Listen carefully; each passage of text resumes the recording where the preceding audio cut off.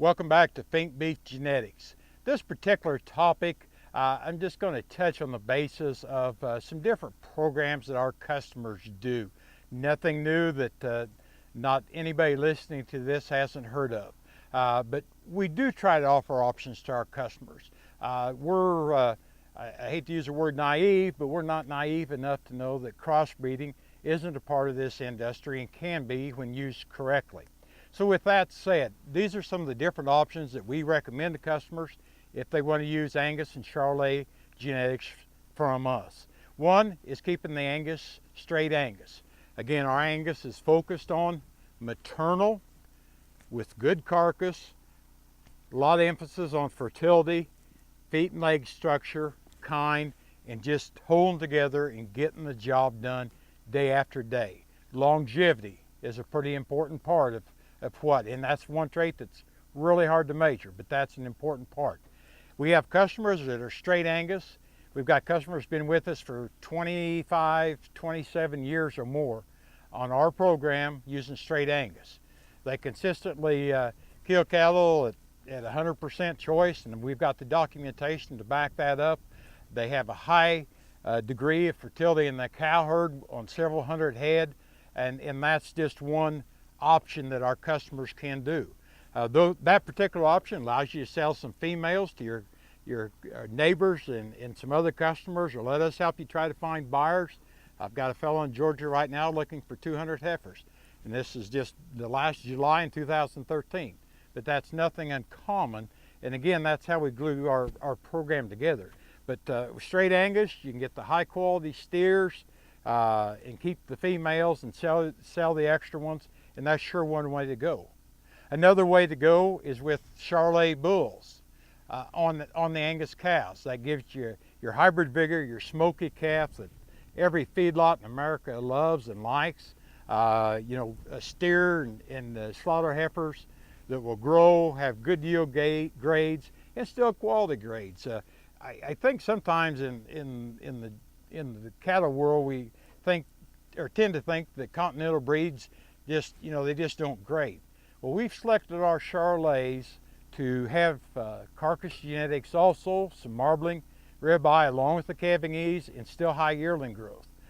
We have a customer, again, I'm going to pull out some good examples, but they are just recent.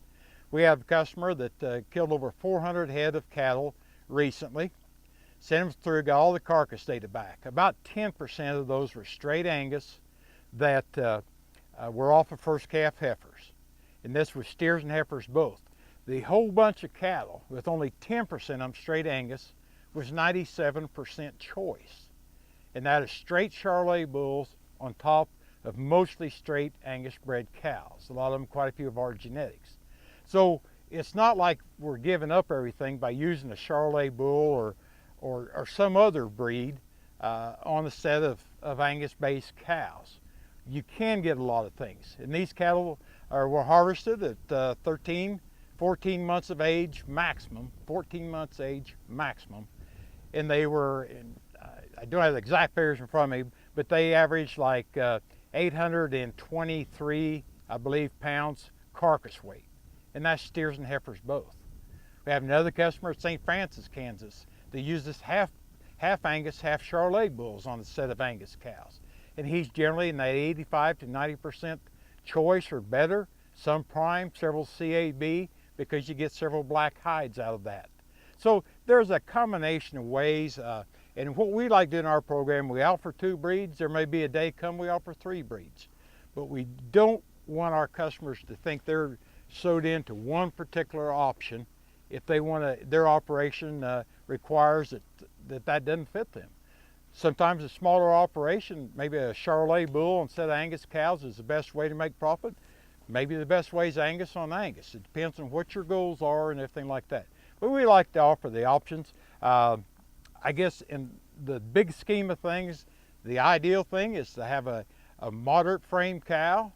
In what size, everybody has 1,200 pound cows obviously, but a cow that maybe 1,000 pounds to 1,300 pounds, and then put a Charolais bull on them. And that way you keep as many cows as you can on your grass.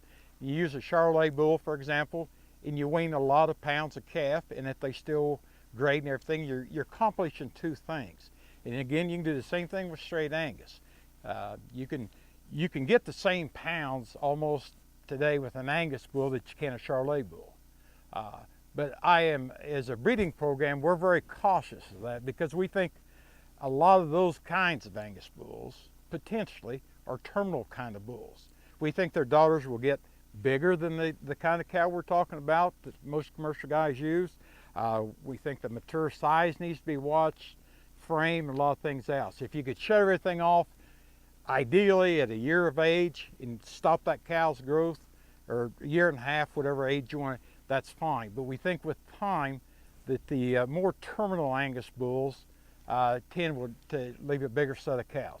So again, this is just, if you can keep a smaller kind of a cow to some degree and use the kind of bull you want to on her, we provide those options for you here at Fink Beef Genetics. Thank you.